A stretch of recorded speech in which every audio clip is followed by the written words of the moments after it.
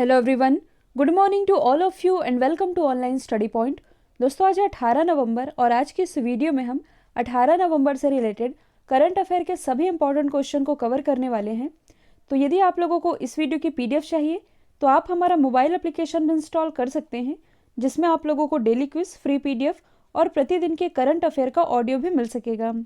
देखिए, कल भी मैंने आप लोगों को बताया था अनअकैडमी के बारे में, जिसमें आप लोगों को टेस्ट सीरीज सॉल्व कराई जा रही हैं, जिसका शेड्यूल रहेगा नवंबर 9 से लेकर के 27 ऑफ नवंबर तक, जिसमें आप लोगों को quant test, English test, reasoning, GA और जीएस के टेस्ट मिलेंगे।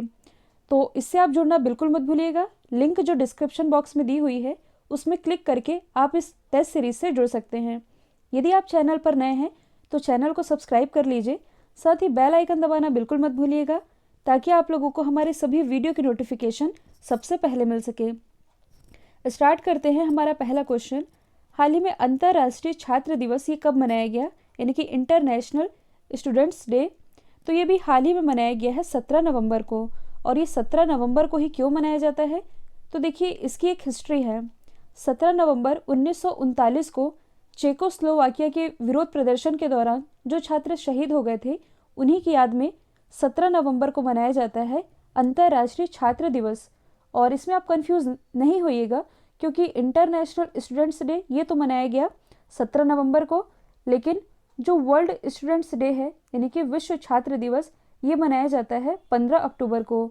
और जो भारत के मिसाइल मैन के नाम से जाने जाते हैं एपीजे अब्दुल कलाम जी, इन्हीं के जन्म दिवस को यानी कि 15 अक्टूबर को हम मनाते हैं वर्ल्ड स्टूडेंट्स डे के रूप में। तो दोनों ही आप याद रखेंगे। अब यदि हम अदर ऑप्शन को डिस्कस करें तो 13 नवंबर को मनाया गया है विश्व दयालुता दिवस यानी कि world kindness day. 14 of November को मनाया गया है नेशनल चिल्ड्रन डे और वर्ल्ड डायबिटीज़ डे यानी कि विश्व मधुमेह दिवस। 16 नवंबर को मनाया गया है नेशनल प्रेस डे, जबकि वर्ल्ड प्रेस फ्रीडम डे ये कब मनाया जाता है, 3 मई को। देखिए, ऑनलाइन स्टडी पॉइंट की जो अक्टूबर मंथ की करंट अफेयर की पीडीएफ है, जिसके बारे में मैंने आप लोगों को बताया भी है, अक्टूबर मंथ के सभी करंट अफेयर इसमें topic wise with detailing with extra fact cover कराए गए हैं। इसके लिंक डिस्क्रिप्शन बॉक्स में दी हुई है। देखिए, दिवाली के समय में हमने ऑफर चलाया था, जिसमें कि आप लोगों को लास्ट 10 मंथ्स की जो करंट अफेयर की पीडीएफ है, ये भी डिटेल और एक्स्ट्रा फैक्ट के साथ है और टॉपिक वाइज कवर कराई गई है। इसका प्राइस रखा गया था 28 रुपये। काफ़ी लोगों ने परचेस किया, आप लोगों के रिस्पॉन्स भी काफ़ी अच्छे आए, लेकिन स्टूडेंट्स की डिमांड है कि जो लोग इसे परचेस नहीं कर पाए हैं उनके लिए एक बार इस ऑफ़र को फिर से ओपन किया जाए। तो ये ऑफ़र आप लोगों के लिए फिर से ओपन हो रहा है। लास्ट 10 मंथ्स की करंट अफेयर की पीडीएफ 28 रुपये में और अक्टूबर मंथ की जो करंट अफेयर की पीडीएफ है ये 10 रुपये में अवेलेबल है। इसके अलावा मैथ्स के हैंड रिटन नोट्स 40 रुपीज़ में और लास्ट 10 मंथ्स के करंट अफेयर की 1 लाइनर पीडीएफ ये मात्र 15 रुपये में अवेलेबल है। हाल ही में प्रधानमंत्री नरेंद्र मोदी जी ने स्टेच्यू ऑफ पीस का अनावरण कहाँ से किया है, तो इसका अनावरण अभी हाल ही में किया गया है राजस्थान के पाली से। देखिए, जो जैन आचार्य थे श्री वल्लभ सूरीश्वर जी महाराज, अभी हाल ही में इनकी 151वीं जयंती मनाई गई, जिसके मौके पर 151 इंच की इस लंबी प्रतिमा का अनावरण किया गया है प्राइम मिनिस्टर नरेंद्र मोदी जी के द्वारा वीडियो कॉन्फ्रेंसिंग के माध्यम से। अब इसमें आप कंफ्यूज नहीं होइएगा, ये है स्टेच्यू ऑफ पीस जिसका अनावरण किया गया है राजस्थान में। एक है स्टेच्यू ऑफ यूनिटी, जिसका उद्घाटन प्राइम मिनिस्टर नरेंद्र मोदी जी के द्वारा 2018 में गुजरात के केवड़िया कॉलोनी से किया गया था। अब हम डिस्कस कर लेते हैं राजस्थान के बारे में। तो आप मैप में देख सकते हैं राजस्थान की लोकेशन। देखिए, जो राजस्थान है ये क्षेत्रफल की दृष्टि से भारत का सबसे बड़ा राज्य है। इसकी राजधानी तो ये है जयपुर, जिसे भी हाल ही में यूनेस्को के द्वारा वर्ल्ड हेरिटेज साइट में शामिल किया गया था। मुख्यमंत्री तो ये हैं अशोक गहलोत, राज्यपाल हैं Kalraj Mishra. Important national park की यदि बात की जाए तो रणथंभौर, केवलादेव, सरिस्का और डेजर्ट नेशनल पार्क ये सभी स्थित हैं राजस्थान में ही। देखिए, जो राजस्थान है ये बायोफ्यूल पॉलिसी यानी कि जैव ईंधन नीति लागू करने वाला भारत का पहला राज्य भी है। अच्छा, राजस्थान का हृदय ये किसे कहते हैं, तो ये कहलाता है अजमेर। इसके अलावा भारत में ब्रह्मा जी का एकमात्र मंदिर ये कहाँ स्थित है, पुष्कर में। और अभी हाल ही में गरीबी रेखा से नीचे जीवन यापन करने वाले लोगों के लिए राजस्थान गवर्नमेंट ने इंदिरा रसोई योजना की शुरुआत की थी और इस योजना के अंतर्गत गरीबों को मात्र 8 रुपये में भरपेट भोजन प्रोवाइड कराया जा रहा था। हाल ही में लॉन्च की ये किताब जिसका नाम है ए प्रॉमिस्ड लैंड किसके द्वारा लिखी गई है?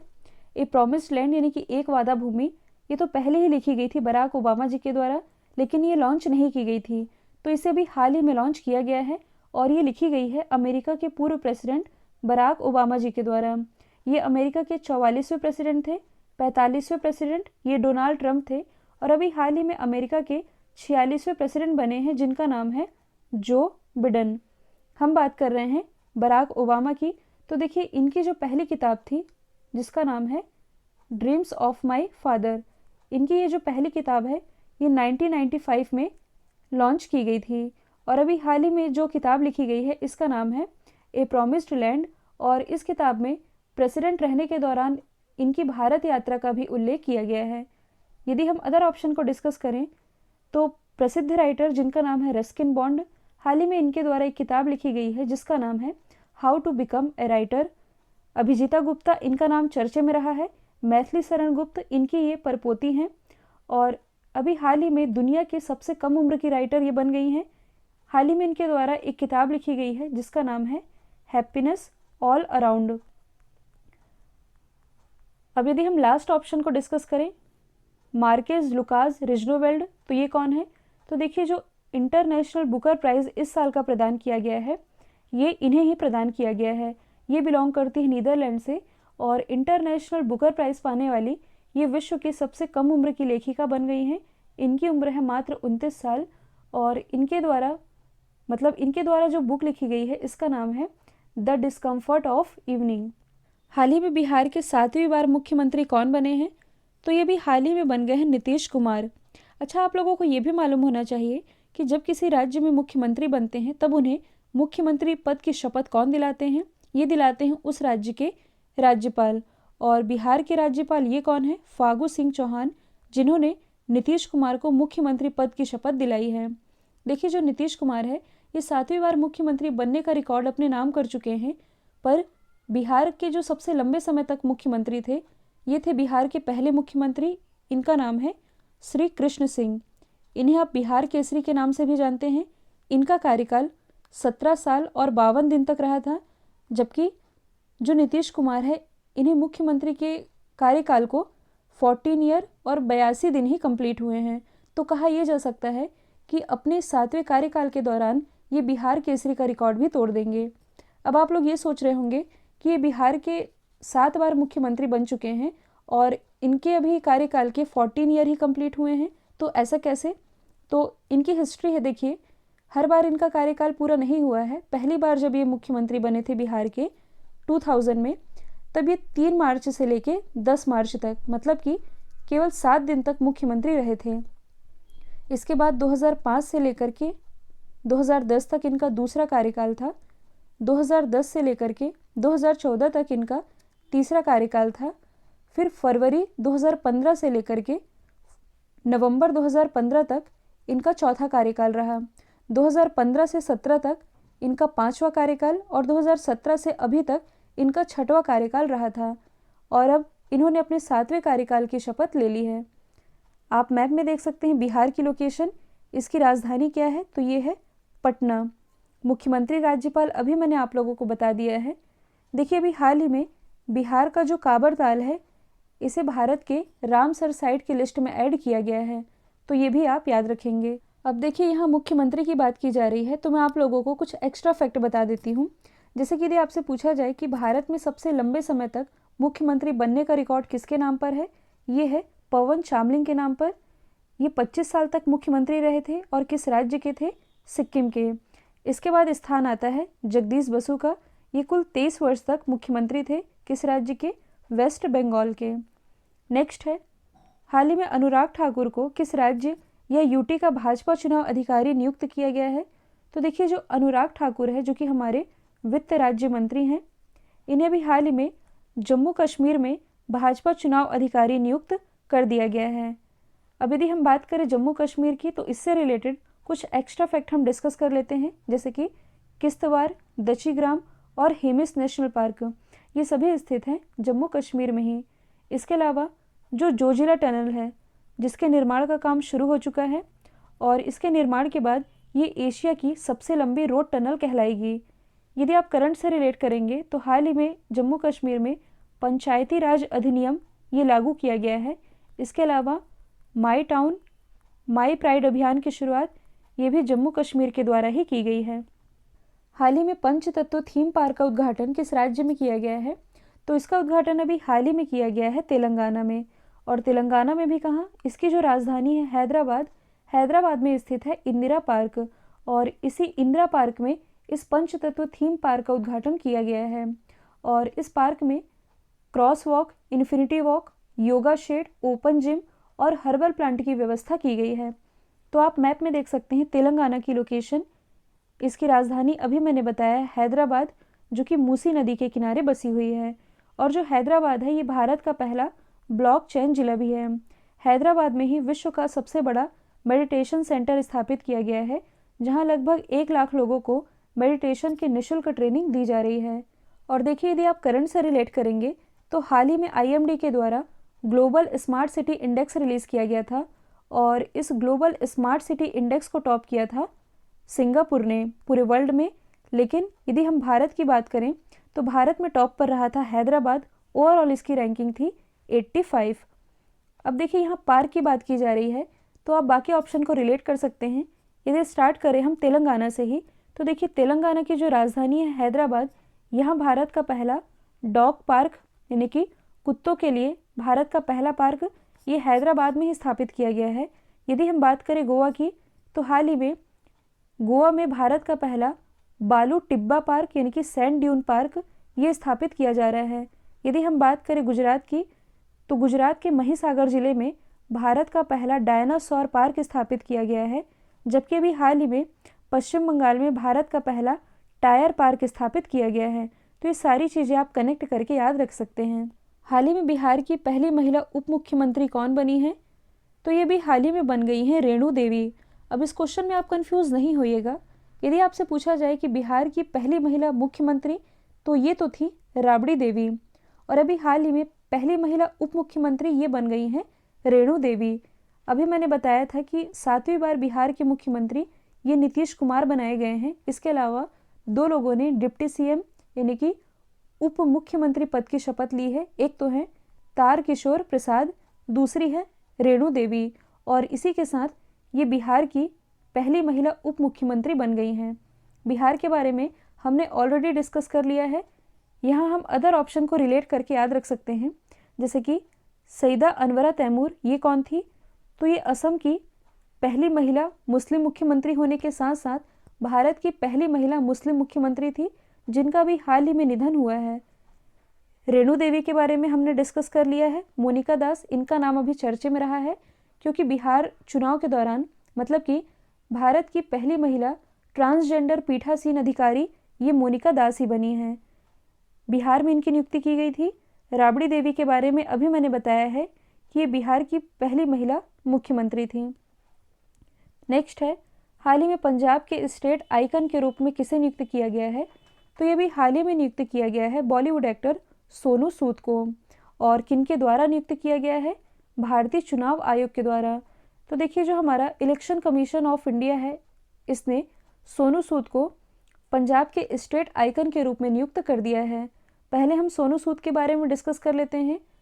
कोरोना महामारी के बीच ये काफ़ी चर्चे में आए थे। इन्होंने काफ़ी लोगों की हेल्प की थी, जिसके बाद इन्हें UNDP यानी कि यूनाइटेड नेशन डेवलपमेंट प्रोग्राम, इसके द्वारा ह्यूमैनिटेरियन एक्शन अवार्ड से सम्मानित किया गया था। हाल ही में ये एजर इंडिया के भी ब्रांड एम्बेसडर बनाए गए हैं।